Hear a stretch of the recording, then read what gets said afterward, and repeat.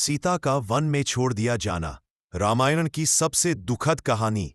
Love कुश के जन्म के कुछ ही समय बाद अयोध्या में फिर से लोगों के बीच सीता की पवित्रता पर फुसफुसाहटें शुरू हो गईं।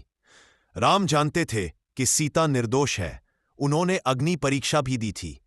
फिर भी एक राजा का कर्तव्य उन्हें जनता की बात सुनने को मजबूर कर रहा था। राम रात भर सो नहीं पाए।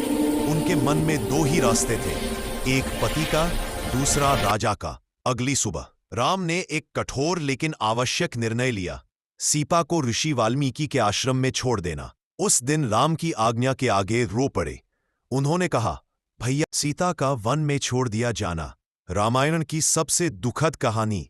लव कुश के जन्म के कुछ ही समय बाद अयोध्या में फिर से लोगों के बीच सीता की पवित्रता पर फुसफुसाहटें शुरू हो गईं।